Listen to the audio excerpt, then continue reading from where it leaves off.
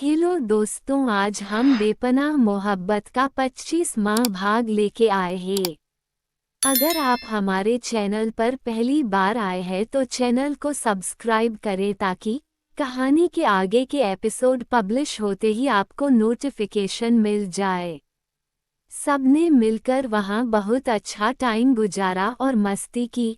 अब शाम होने को आई थी, जंगल था इसलिए वहां अंधेरा भी जल्दी होने लगा था। इसलिए अद्विक के कहने पर सब लोग वापस फार्म हाउस आने के निकल पड़े। पर रास्ते में मौसम खराब हो गया। आसमान में बादल छा गए और ठंडी हवाएं चलने लगी। लग रहा था कि किसी भी वक्त बारिश शुरू हो जाएगी। अद्विक ने ईशा का हाथ मजबूती से पकड़ा हुआ था। वहीं स्टीफन ने भी निधि का हाथ मजबूती से पकड़ा हुआ था। आज दोनों के बीच सब कुछ सही हो गया था। इसलिए स्टीफन ने फैसला किया था कि वो बहुत जल्द अद्विक से अपने और निधि के बारे में बात करेगा। शक्ति और विधि साथ चल रहे थे, वहीं शेरा भी सानिया के साथ साथ चल रहा था। सुबह वो चलते चलते गिरने वाली थी पर शेरा ने उसे संभाल लिया था। और अभी तो अंधेरा भी हो गया था, ऊपर से तेज हवाएं चलने लगी थी। इसलिए वो फिर एक बार गिरने लगी थी पर शेरा ने उसे एकदम से अपनी गोद में उठा लिया। वहीं ऐसे एकदम उठाने की वजह से सानिया घबरा गई और उसने अपनी बाहें शेरा के गले में लपेट दी। शेरा उसे ऐसे देख मुस्कुरा दिया और धीरे से उसके कान में बोला, फिक्र मत करो, मेरे होते हुए तुम्हें कुछ नहीं होगा। सानिया ने कुछ नहीं कहा, बस धीरे से अपना सिर उसके सीने पर रख दिया। शेरा ने एक पल को सुकून से अपनी आंखें बंद की और फिर उसे बाहों में लिए चलने लगा। सानिया को ऐसे अपने इतने करीब देख शेरा को बहुत अच्छा लग रहा था। वहीं उसकी करीबी से उसकी धड़कनें बढ़ गई थी, पर सानिया की करीबी उसे सुकून भी पहुंचा रही थी। कुछ टाइम बाद वो लोग फार्म हाउस पहुंच गए। अब थोड़ी थोड़ी बारिश भी शुरू हो चुकी थी। अद्विक ईशा का हाथ पकड़े अपने रूम की तरफ चला गया। वहीं निधि भी विधि के साथ अपने रूम में चली गई। शक्ति और स्टीफन ने शेरा की तरफ देखा जिसकी गोद में सानिया आराम से सो गई थी। शक्ति ने शेरा को उसे उसके रूम में छोड़ने के लिए कहा और खुद स्टीफन के साथ नीचे बने रूम में चला गया। वहीं शेरा भी सानिया को लेकर उसके रूम की तरफ चला गया।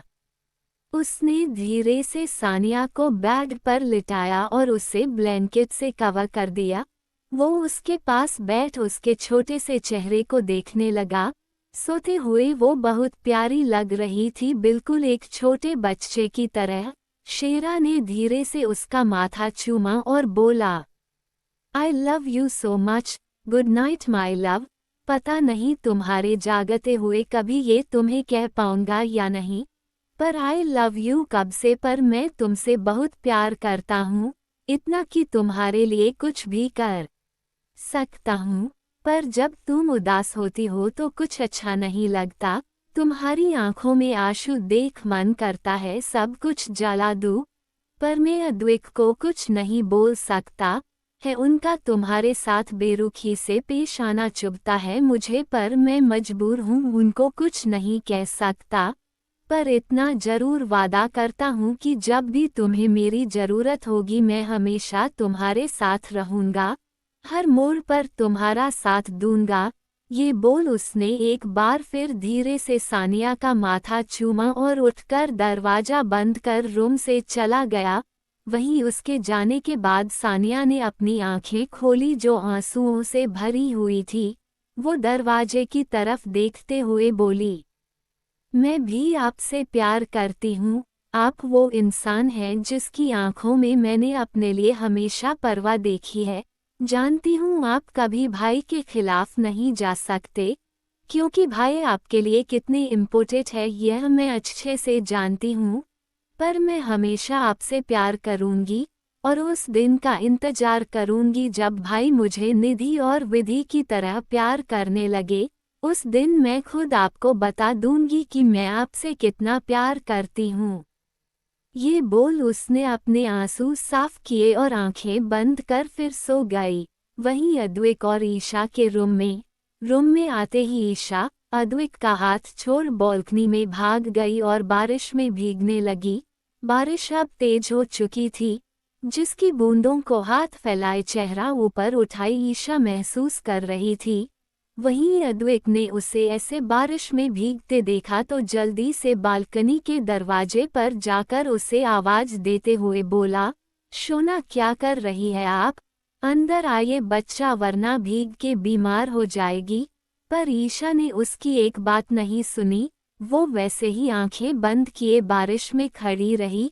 तभी एक और बार अद्विक ने उसे आवाज देते हुए अंदर बुलाया तो वो उसकी तरफ देख बोली, आदि अगर इतनी मेरी फिक्र है आपको तो आकर मुझे खुद ले जाए। ये बोलते टाइम उसकी आंखों में शरारत साफ झलक रही थी, जिसे देखते हुए अद्विक भी मुस्कुराते हुए शरारत से बोला, सोच लीजिए अगर मैं आपको लेने आया तो जल्दी छोड़ूंगा नहीं।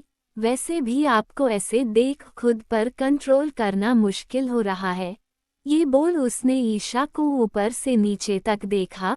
उसकी नज़रों का पीछा कर ईशा ने भी खुद को देखा तो वो शर्मा गई। गाल और कान लाल हो गए। चेहरा इतनी ठंडी बारिश में भी आग की तरह तपने लगा। उसने अपने हाथों को क्रॉस कर अपने सीने को कवर किया और दूसरी तरफ घूम गई। दरअसल बारिश में भीगने की वजह से ईशा के कपड़े उसके बदन से चिपक गए थे, जिससे उसके शरीर का हर करव अच्छे से दिखाई दे रहा था।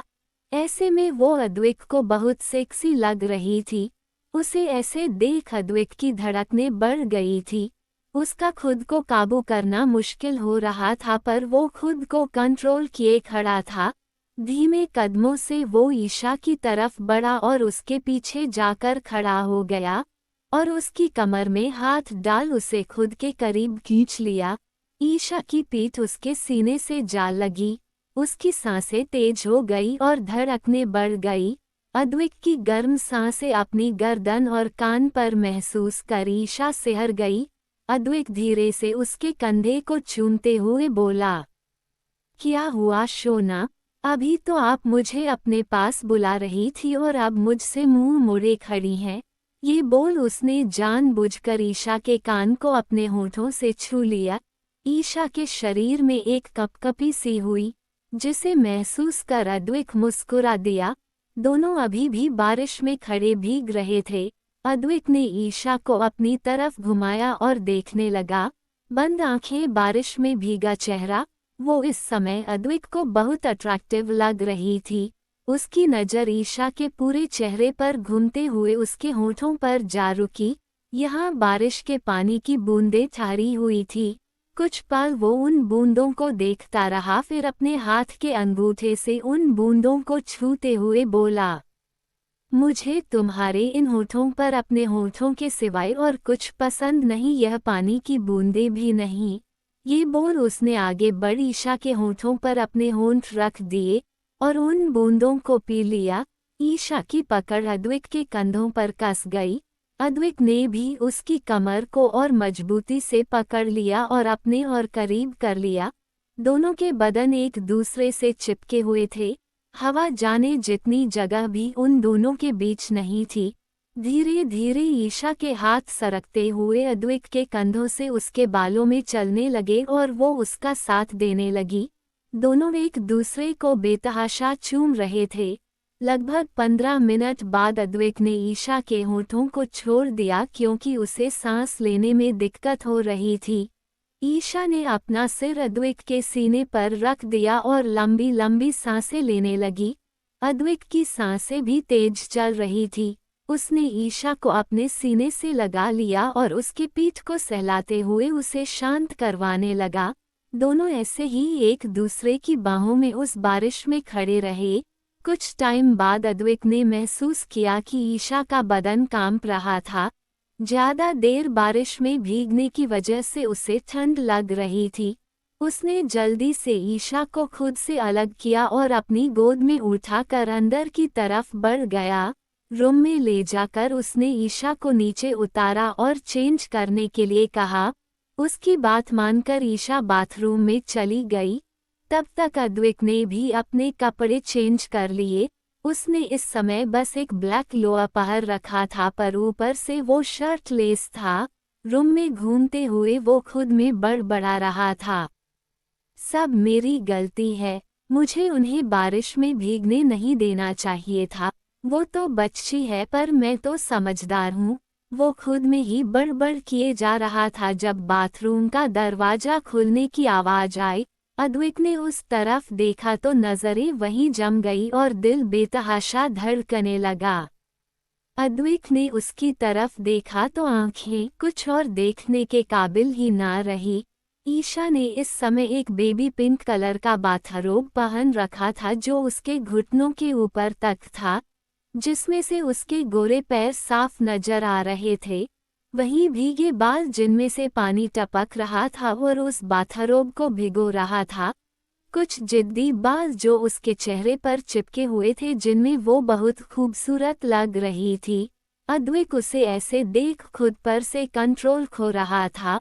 उसकी धड़कनें बढ़ गई थी, पर उसने खुद को शांत किया और ईशा की तरफ बढ़ गया। उसने ईशा को बेड पर बिठाया और उसके बालों को पोंछने लगा।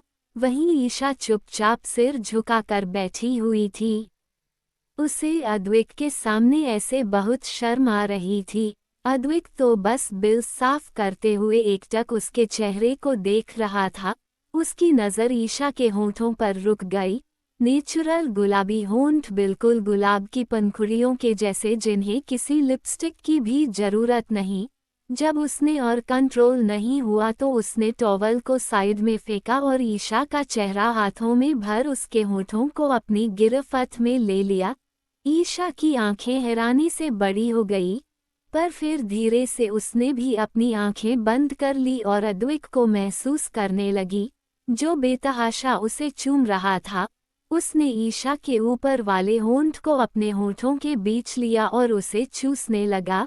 ईशा की पकड़ उसके कंधों पर कस गई। अद्विक ने उसे किस करते हुए ही बेड पर लिटा दिया और खुद उसके ऊपर आ गया और बेतहाशा चूमने लगा।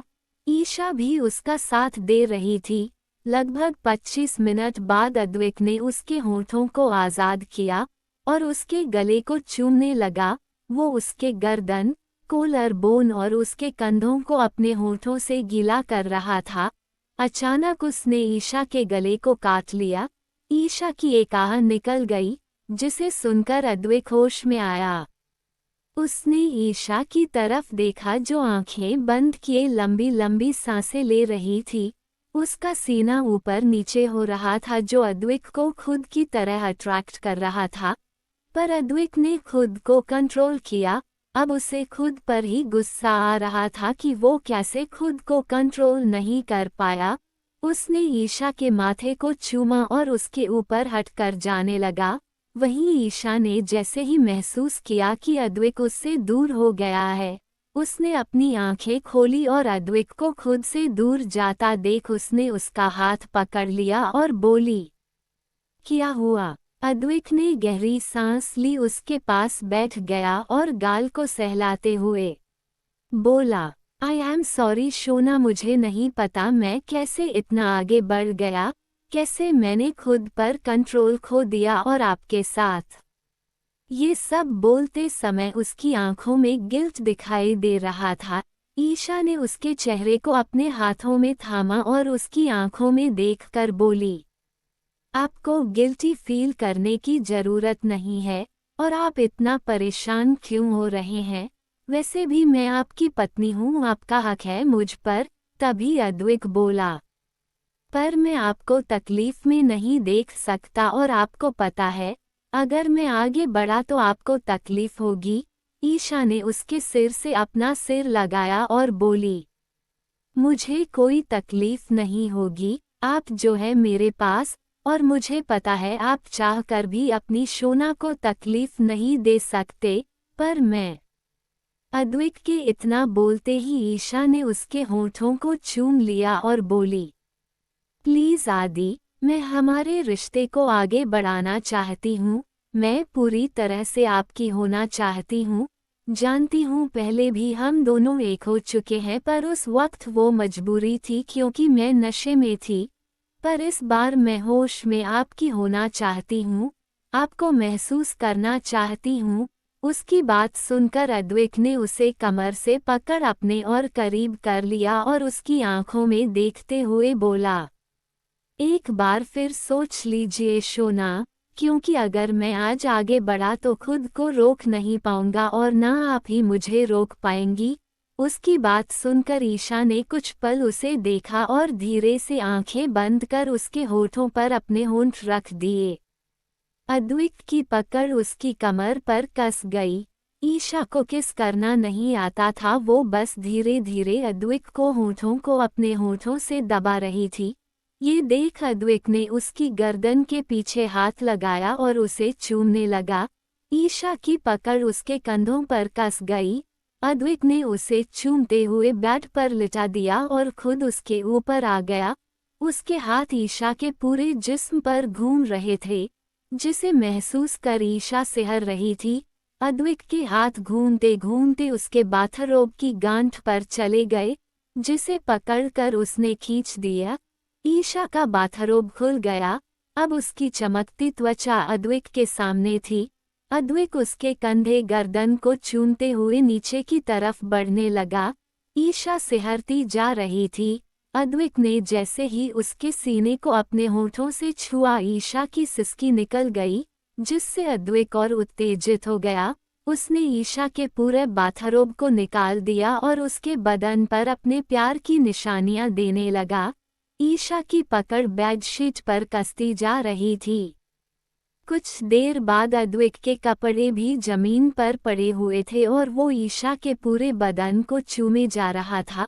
उसके पूरे बदन पर अपना प्यार बरसाने के बाद अद्विक उसके चेहरे के सामने आया और उसे देखने लगा, जैसे उससे इजाज़त मांगी रहा है आगे बढ़ने की। ईशा ने भी आंखें खोल उसकी आंखों में देखा और फिर उसके सीने में चेहरा छुपा लिया। उसकी इस अदा पर अद्विक मुस्कुरा दिया। उसने ईशा के माथे को चूमा और बोला, आई लव यू शोना। ये बोल वो ईशा के अंदर समा गया। ईशा की पकड़ बेडशीट पर कस गई। जब अद्विक ने ये देखा तो उसके हाथों से बेडशीट छुड़वा अपने हाथों में इंटरवेंट कर लिया और बोला, जब मैं आपके पास हूँ तो आपको किसी और चीज़ के सहारे की जरूरत नहीं है। ईशा ने उसकी तरफ देखा। दोनों की नजरें मिली तो अद्विक उसकी आंखों में देखते हुए उसे प्यार करने लगा। ईशा की आंखें बंद हो गई और धीरे धीरे उसकी आहें और सिसकियां उस कमरे में गूंजने लगी। बाहर बारिश अपने जोरों पर थी और अंदर अद्विक अपने प्यार की बारिश ईशा पर कर रहा था, जिसे ईशा महसूस करते हुए उसका साथ दे रही थी। अब उस कमरे में दोनों की गहरी सांसें और सिसकियों की आवाज के बिना और कोई आवाज नहीं थी। अद्विक बस अपनी शोना पर अपना प्यार लुटा रहा था, पर वो भी प्यार से उसने ईशा को कोई तकलीफ नहीं दी। वो उसके साथ बहुत जेंटल था। ईशा के हाथ भी उसके बालों और उसकी पीठ पर फिसल रहे थे। आज सही मायनों में वो दोनों एक हुए थे। यहाँ दोनों की मर्जी थी। आज उनकी बेपनाह मोहब्बत मुकम्मल हुई थी। लगभग 2 घंटे बाद उनके प्यार की यह बारिश थमी। ईशा तो नींद के आगोश में चली गई। अद्विक ने उसकी तरफ देखा तो उसके चेहरे पर थकान साफ दिखाई दे रही थी। अद्विक ने उसे बाहों में भर लिया और उसके माथे को चूम उसे अपने सीने से लगा लिया। कुछ देर में वो भी नींद के आगोश में चला गया। वहीं एक घर, यहाँ तानिया और उसका बाप एक सोफे पर बैठे हुए थे। वहीं उनके सामने वाले सोफे पर कोई बैठा हुआ था, पर रूम में अंधेरा होने की वजह से उस इंसान का चेहरा दिखाई नहीं दे रहा था। हाँ, पर उसकी बॉडी स्ट्रक्चर से साफ पता चल रहा था कि वो एक औरत है। तभी तानिया उस औरत को देखते हुए बोली, आपको लगता है कि आप ये कर पाएंगी? अगर अद्विक को आप पर शक हो गया तो। उसकी बात सुनकर वो औरत मुस्कुराई और बोली, आज तक उसे मुझ पर शक नहीं हुआ। उसे उसके ही बाप के खिलाफ मैंने इतना भड़काया कि वो उससे नफरत करने लगा। उस घर में उसके साथ रहते हुए मैंने क्या कुछ नहीं किया, पर आज तक उसे पता नहीं चला तो ये भी पता नहीं चलेगा। तभी उसकी बात सुनकर तानिया के पापा बोले, आप कुछ भी करो, हमें उससे कोई मतलब नहीं, हमें बस अद्विक की दौलत से मतलब है। तभी उनकी बात काटते हुए तानिया बोली, सिर्फ दौलत नहीं, मुझे अद्विक भी चाहिए। मुझे ठुकराया था ना उसने उस 2 कौड़ी की लड़की के लिए। बस एक बार वो मेरा हो जाए, फिर उसे बताऊंगी कि तानिया क्या चीज़ है। ये बोल वो टेढ़ा मुस्कुरा दी। तभी वो औरत बोली, फिक्र मत करो, अद्विक तुम्हारा ही होगा, फिर तुम्हें उसके साथ जो करना है वो कर लेना। बस पहले उस लड़की को उसकी जिंदगी से बाहर करना होगा। उसके दूर जाते ही वो अपने आप टूट जाएगा, क्योंकि उस लड़की में उसकी सांसें बसती है। एक बार वो लड़की उसकी जिंदगी से दूर हो गई, फिर वो वैसे ही जिंदा लाश हो जाएगा। ये बोल वो औरत हंसने लगी, उसके साथ ही वो दोनों भी हंसने लगे। वहीं दूसरी तरफ अद्विक और ईशा इन सब से बेखबर एक दूसरे की बाहों में सुकून से सोए हुए थे। अगली सुबह अद्विक की आंखें खुली तो नजरें सीधा ईशा के प्यारे से चेहरे पर जा ठहरी, जो सुकून से उसकी बाहों में सोई हुई थी। अद्विक ने उसे अपने और नजदीक कर लिया और अपनी बाहों में जकड़ लिया और उसकी कमर पर हाथ फिराने लगा। दोनों अभी भी बिना कपड़ों के ही थे। उसके ऐसा करने से ईशा की नींद खुलने लगी और वो धीरे से नींद भरी आवाज में बोली, आदि मत करिए, आपने पहले ही मुझे बहुत परेशान किया है। उसकी बात सुनकर अद्विक ने मासूम सा चेहरा बनाया और बोला, मैंने क्या किया? उसकी बात सुनकर ईशा ने आंखें खोली और उसे घूरते हुए बोली, रात भर आपने मुझे परेशान किया है और अभी भोले तो ऐसे बन रहे हैं जैसे कुछ पता ही नहीं कि आपने क्या किया है। उसकी बात सुनकर अद्विक उसकी नाक से अपनी नाक रगड़ते हुए बोला, उसे परेशान करना नहीं, रोमांस करना कहते हैं मेरी जान। ईशा उसे खुद से दूर करते हुए बोली, आपने रोमांस के चक्कर में देखिए मुझे कितने निशान दिए हैं। अगर किसी ने देख लिया तो मैं क्या कहूंगी? अद्विक ने प्यार से उसके गले पर दिए अपने लव बाइट को चूमा और बोला, ये तो मेरे प्यार की निशानियां हैं, जो ये साबित करती है कि मेरी शोना हमेशा के लिए मेरी हो गई। हम दोनों मन के साथ साथ तन से भी एक हो गए। अब आप मेरी है हर तरह से। अब आपको मुझसे कोई अलग नहीं कर सकता। उसकी बात सुनकर ईशा मुस्कुरा दी। तभी अद्विक उसकी तरफ देख बोला, वैसे आप भी कुछ कम नहीं है, आपने भी मुझे बहुत निशान दिए हैं, ये देखिए। ये बोल उसने अपने सीने और कंधों की तरफ इशारा किया, यहाँ ईशा के नाखूनों के निशान थे। उन निशानों को देख ईशा ने अपनी आंखें बंद कर ली। शर्म से उसका चेहरा लाल हो गया। उसकी हिम्मत नहीं हो रही थी अद्विक की तरफ देखने की। उसके शर्म से लाल चेहरे को देख अद्विक मुस्कुरा दिया और फिर शरारत से उसके कान के पास जाकर बोला, वैसे मुझे नहीं पता था कि मेरी 5 फुट 3 इंच की बीवी बिल्ली की तरह नोचती भी है। बट जो भी हो, I like this wild cat. ये बोल उसने ईशा के एयर लोब को धीरे से काट लिया। ईशा की सिसकी निकल गई। उसने अद्विक के सीने में अपना चेहरा छुपाया और बोली, आदि परेशान मत कीजिए ना। उसकी बात सुनकर अद्विक मुस्कुरा दिया और फिर धीरे से बोला, आपने खुद इजाज़त दी है, अब तो आप आदत डाल लीजिए रोज ऐसे परेशान होने की, क्योंकि मैं तो रोज ऐसे ही आपको परेशान करूंगा। ईशा ने कुछ नहीं कहा, बस अद्विक को और टाइट पकड़कर उसके सीने में अपना चेहरा छुपा लिया। अद्विक ने भी उसे अपनी बाहों में भर लिया और उसके बालों को चूमते हुए बोला, सच्ची बताए शोना, आप ठीक है ना? आपको दर्द तो नहीं हो रहा? उसकी बात सुनकर ईशा ने उसके सीने से चेहरा बाहर निकाला और उसे देखते हुए बोली, मैं ठीक हूँ, कोई दर्द नहीं हो रहा। अद्विक ने उसके गाल को सहलाया और बोला, सच्ची बताए शोना, झूठ नहीं। अगर कोई तकलीफ है तो हम डॉक्टर के पास जा सकते हैं। ईशा ने उसके गाल को चूमा और बोली, थोड़ा दर्द है पर ठीक हो जाएगा। उसकी बात सुनकर अद्विक ने उन दोनों पर से चादर हटा दी। ईशा हड़बड़ा गई क्योंकि उसने कुछ भी नहीं पहना था। अद्विक बेड से उठा और उसे गोद में उठाकर बाथरूम की तरफ बढ़ गया। ईशा को उससे बहुत शर्म आ रही थी। उसने आंखें बंद कर चेहरा उसकी गर्दन में घुसा दिया और उसके गले में अपनी बाहें लपेट दी। अद्विक उसे ऐसे शर्माते देख मुस्कुरा दिया और बोला, आप इतना क्यों शर्मा रही है? मैंने वैसे भी आपको पूरी तरह देख चुका हूँ और आप मुझे, हमारे बीच के सारे पर्दे हटा चुके हैं, तो आपको इतना शर्माने की जरूरत नहीं। ये बोल उसने उसे बाथटब में बिठा दिया और खुद भी उसके पीछे उसके साथ ही बाथटब में बैठ गया। उसने गर्म पानी चालू कर बाथटब भर दिया जिससे ईशा को अच्छा लग रहा था। उसने अपना सिर पीछे अद्विक के सीने पर टिका दिया।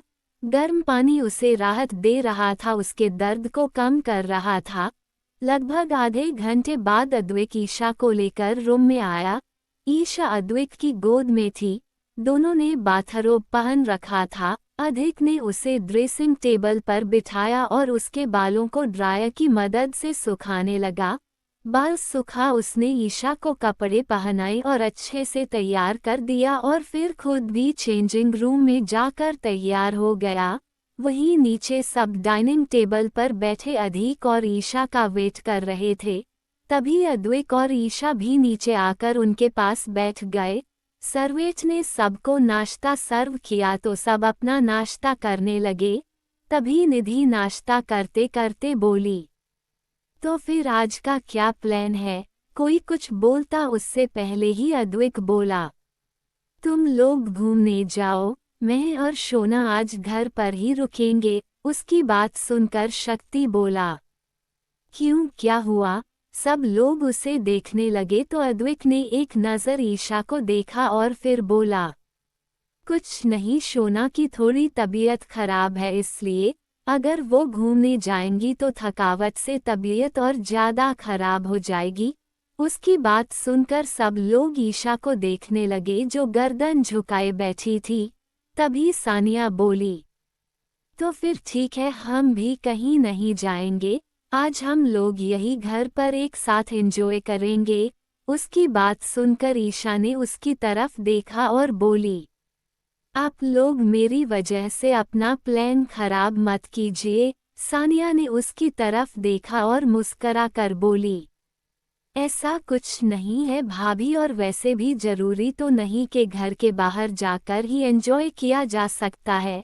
हम लोग घर पर भी एंजॉय कर सकते हैं। उसकी हाँ में हाँ मिलाते हुए विधि बोली, और नहीं तो क्या, हम लोग घर पर ही एक साथ एंजॉय करेंगे। सब लोग उसकी बात से सहमत हो गए।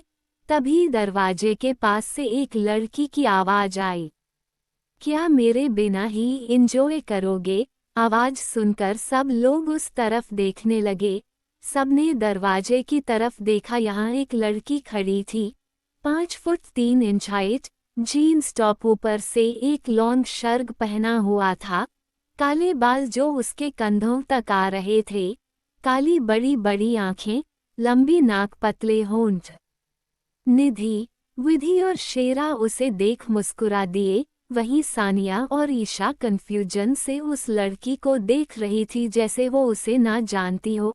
अद्विक के चेहरे पर कोई भाव नहीं था। वहीं शक्ति ने एक नज़र उस लड़की को देखा और फिर उस पर से अपनी नज़रें हटा ली और अपना नाश्ता करने लगा। पर उसकी आंखों में कुछ तो भाव थे जो किसी और ने नहीं, पर अद्विक ने जरूर देखे थे, जिसका ध्यान शक्ति पर ही था। सानिया और ईशा तो उसे अजनबियों की तरह देख रही थी, पर उसकी आंखें बहुत कुछ कह रही थी।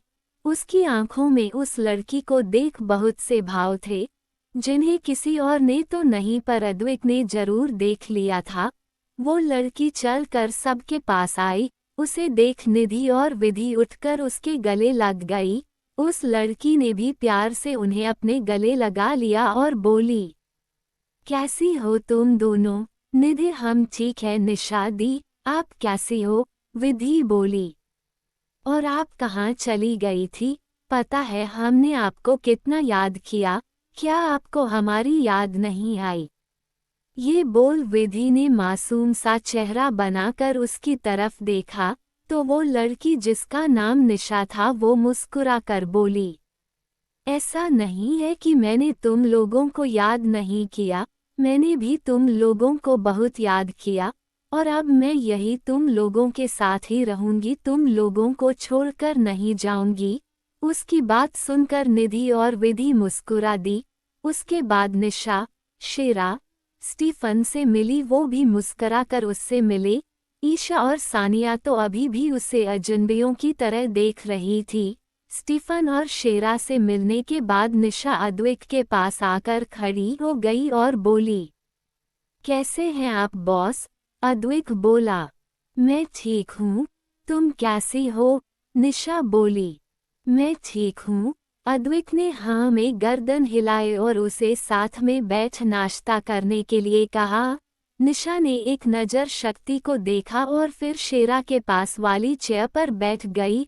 अद्विक ने सबको एक नज़र देखा और बोला, शोना, निधि और विधि के कॉलेज में ही मैंने निशा का एडमिशन भी करवा दिया है, वो अपनी मास्टर यहीं से करेगी। फिर सानिया को देख, सानिया, मैंने तुम्हारा एडमिशन भी इन तीनों के साथ करवा दिया है, अब से तुम यही सबके साथ रहोगी और यही अपनी पढ़ाई कंप्लीट करोगी।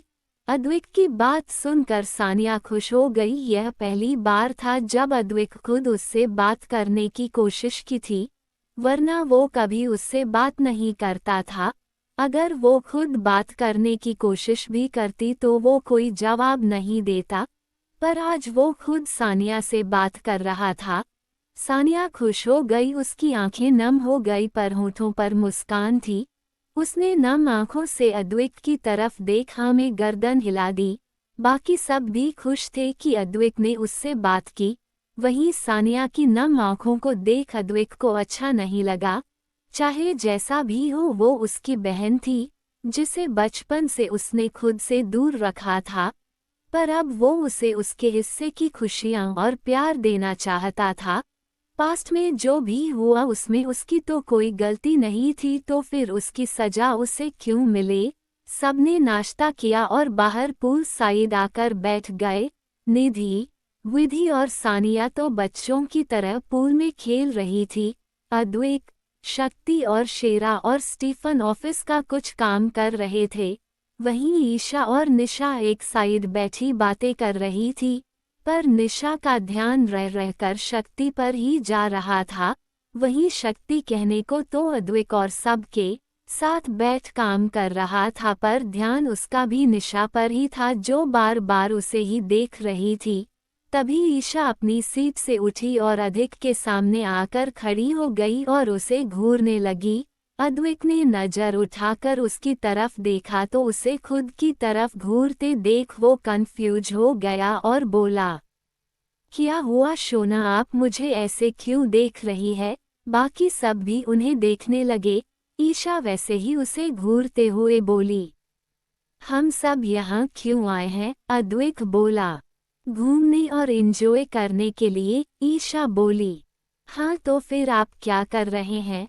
उसकी बात सुनकर अब अद्विक को समझ आया कि उसकी शोना क्यों उसे इतने गुस्से में घूर रही थी। उसने मुस्कुराकर लैपटॉप बंद किया और बोला, सॉरी, ऑफिस का ऑफिस में। उसकी बात सुनकर ईशा भी मुस्कुरा दी और प्यार से उसके गालों को खींचते हुए बोली, डेट्स लाइक माय आदि। उसकी यह हरकत देख अद्विक उसे घूरते हुए बोला, शोना, मैं बच्चा नहीं हूँ जो आप मेरे गाल खींच रही हो।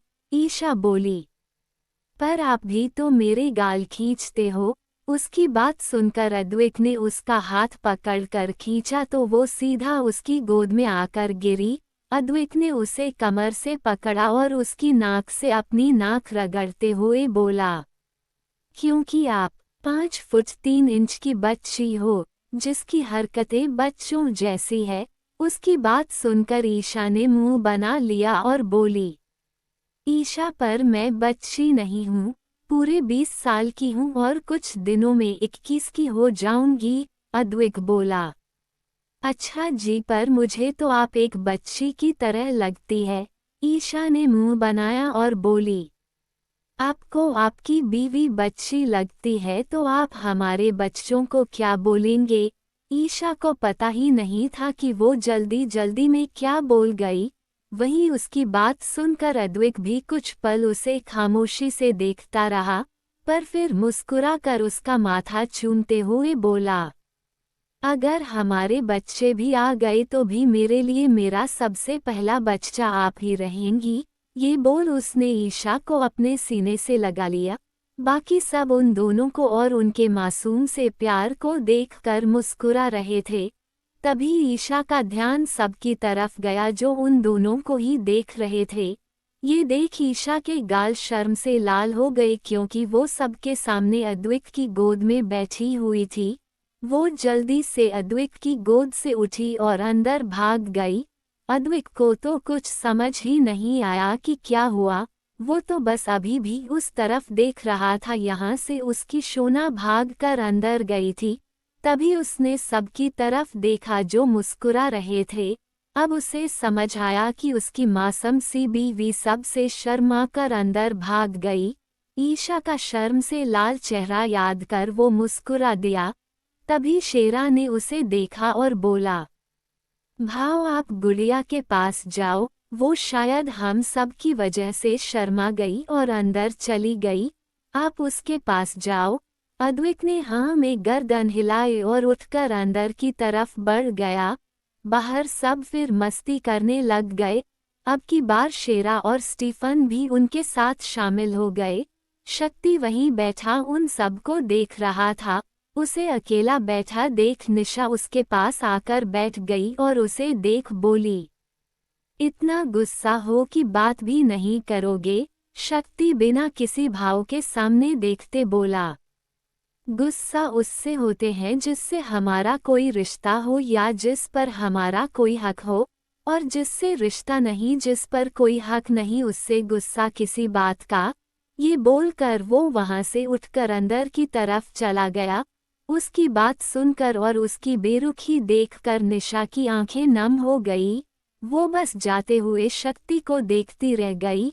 वहीं आंखें तो शक्ति की भी नम थी। वो अंदर जाते हुए नम आंखों से बोला, इतनी जल्दी तुम्हें मेरी माफ़ी नहीं मिलेगी निशा। नफरत नहीं करता तुमसे, पर नाराज़गी है और बहुत ज़्यादा है, जो इतनी जल्दी खत्म नहीं होगी। ये बोल वो अपने रूम की तरफ चला गया। निशा भी उठी और अपनी नम आंखों को पोंछते हुए अंदर चली गई। वहीं शेरा, जिसका पूरा ध्यान उन दोनों पर ही था, दोनों को ऐसे जाते देख खुद से ही बोला, इन दोनों को मिलाने के लिए कुछ तो करना ही पड़ेगा, वरना इनके बीच की यह नाराजगी कहीं और ज्यादा ना बढ़ जाए।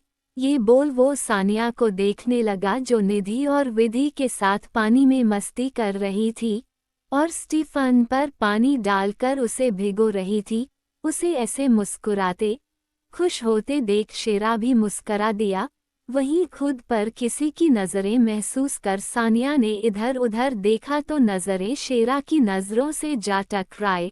दोनों एकटक एक दूसरे की नज़रों में देखने लगे। यहाँ दोनों की नज़रों में एहसास तो थे, पर कहने से दोनों कतरा रहे थे। सानिया ज़्यादा देर शेरा की नज़रों की तपिश बर्दाश्त ना कर पाई और उसने अपनी नज़रें झुका ली। उसकी इस अदा पर शेरा का दिल तो घायल हो गया। वो और दीवानगी से सानिया को देखने लगा। तभी विधि पूल से निकलते हुए बोली, मैं तो थक गई, मैं जा रही अंदर। ये बोल वो अंदर की तरफ बढ़ गई। उसके पीछे ही सानिया भी वहां से अंदर चली गई। शेरा भी उठा और अंदर की तरफ बढ़ गया। अब वहां सिर्फ निधि और स्टीफन बाकी थे। स्टीफन जो पूल के किनारे बैठा था, उसने निधि के आगे अपना हाथ किया और उसे बाहर आने का इशारा किया।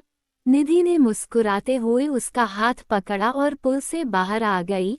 स्टीफन ने पास रखा टॉवल उठाकर उसके कंधों पर डाल दिया और बोला, चेंज कर लीजिए वरना बीमार पड़ जाएगी। निधि ने हाँ में गर्दन हिलाए और वहां से जाने लगी, पर स्टीफन ने एकदम उसे अपनी गोद में उठा लिया और लेकर अंदर की तरफ बढ़ गया। उसके ऐसे अचानक उठाने से निधि घबरा गई और उसके गले में अपनी बाहें लपेट कसकर उसे पकड़ लिया। उसकी हरकत देख स्टीफन मुस्कुरा दिया। निधि ने उसकी तरफ देखा और बोली, क्या कर रहे हैं आप, नीचे उतारिए, अगर किसी ने देख लिया तो, और अगर भाई ने देख लिया तो पता है ना क्या होगा। स्टीफन मुस्कुराते हुए बोला, कुछ नहीं होगा, मैं हूं ना। ये बोल वो उसे अपने रूम में ले गया और ले जाकर बाथरूम में उतार दिया। निधि ने उसकी तरफ देखा जो बहुत प्यार से उसे देख रहा था, और फिर नजरें झुकाकर बोली, आप मुझे अपने रूम में क्यों लेकर आए हैं? भाई को पता चला तो वो बहुत गुस्सा करेंगे।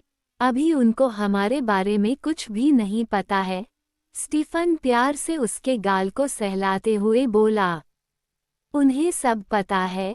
उसकी बात सुनकर निधि हैरानगी और कंफ्यूजन से उसकी तरफ देखने लगी, तो वो उसकी आंखों में देखते हुए बोला, मैं इस डर में नहीं जी सकता था कि आपको अपनी जिंदगी में लेकर आने के बाद कोई आपको मुझसे दूर कर दे। इसलिए आपको अपनी जिंदगी में शामिल करने से पहले मैंने अद्विक भाई से आपको हमेशा के लिए मांग लिया था। निधि अभी भी कंफ्यूज सी उसे देखते हुए बोली, मतलब, मैं समझी नहीं। उसकी बात सुनकर स्टीफन प्यार से उसे देखते हुए 2 दिन पहले की बात सोचने लगा, जिस दिन उन्हें यहाँ घूमने फार्म हाउस आना था। उसके 1 दिन पहले रात अद्विक अपने स्टडी रूम में कुछ काम कर रहा था जब स्टीफन वहां आया। अद्विक ने उसे किसी काम से भेजा था। वो पूरे 1 महीने बाद उस काम को पूरा करके आया था। वो अद्विक के सामने खड़ा हुआ और बोला, बॉस काम हो गया। अद्विक ने हाँ में गर्दन हिलाई और बोला, सभी लड़कियां सेफ है ना? स्टीफन बोला, जी बॉस, सभी सेफ है। दरअसल यह एक मिशन था जिसमें कुछ लड़कियों को किडनैप कर बाहर देश भेज रहे थे जिस्म फिरोशी के लिए। उन्हें बचाना था, और सिर्फ उन्हें बचाना ही नहीं था बल्कि उन लोगों को भी पकड़ना था जो इस धंधे में शामिल थे। अद्विक खुद तो ईशा की वजह से जा नहीं पाया था, क्योंकि उसे पता था कि आकाश कुछ ना कुछ जरूर करेगा, जो उसने किया भी इसलिए उसने स्टीफन को अपनी जगह भेजा था। अद्विक बोला, ठीक है, जो लड़कियां अपने घर जाना चाहती है उन्हें उनके घर पहुंचा दो, और जो नहीं जाना चाहती उन्हें हमारे आश्रम भेज दो। स्टीफन ने हाँ में गर्दन हिलाए और वहां से जाने लगा। तभी पीछे से अद्विक की आवाज आई, जब तू उसे इतना प्यार करता है तो इग्नोर क्यों कर रहा है?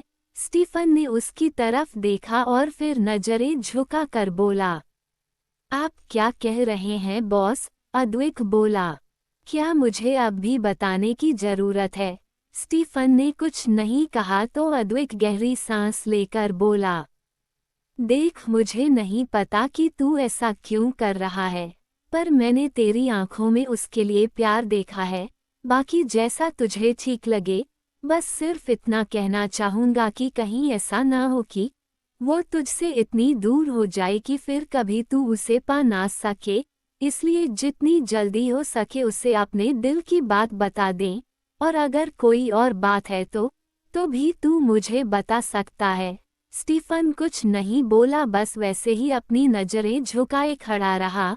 तभी अद्विक चलकर उसके पास आया और बोला, देखो, मैं तुम्हें फोर्स नहीं कर रहा। तुम दोनों मेरे लिए बहुत अजीज हो।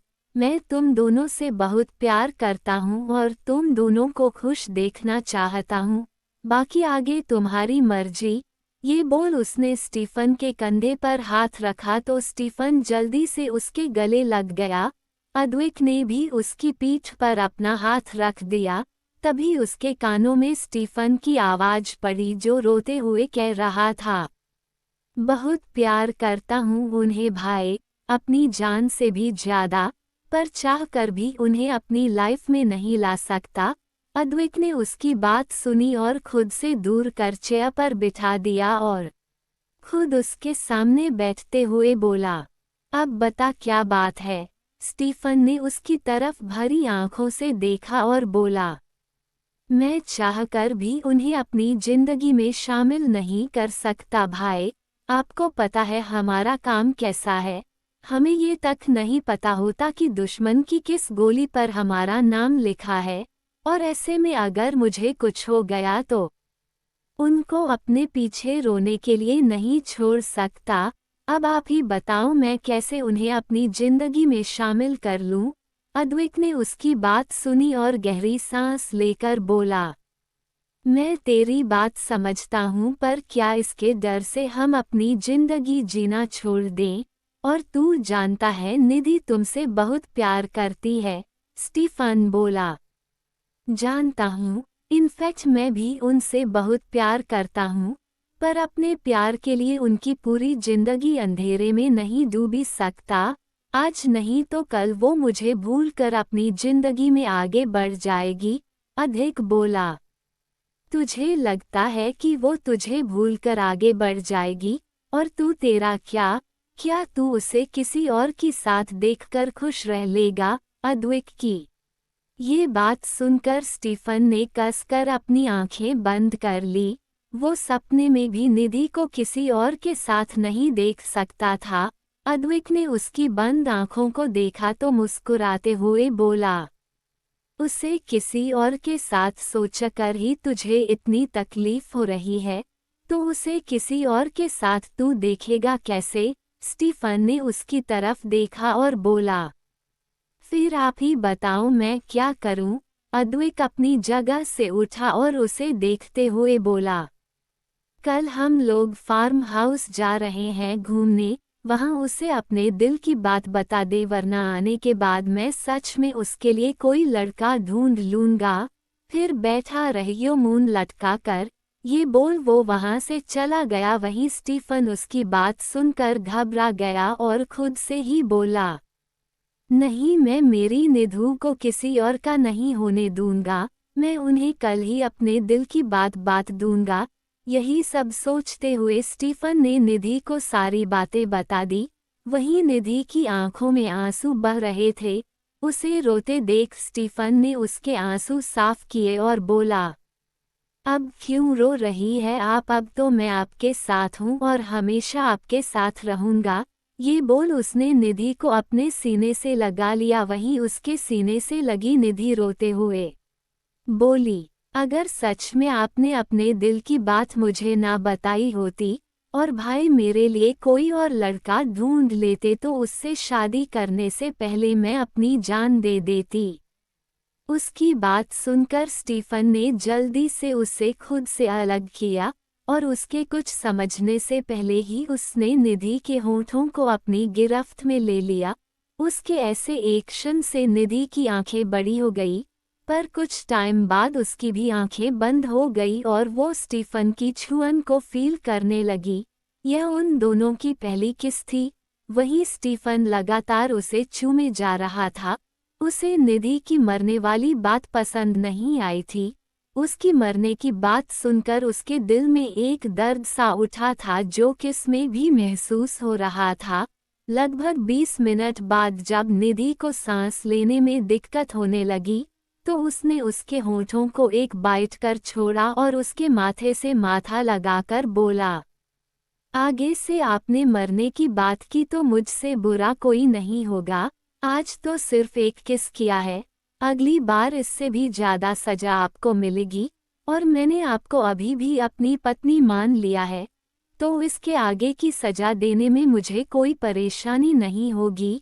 वहीं उसकी बात सुनकर निधि जो अपनी सांसों को संभालने की कोशिश कर रही थी, उसका चेहरा शर्म से लाल हो गया और वो स्टीफन के सीने से लग गई।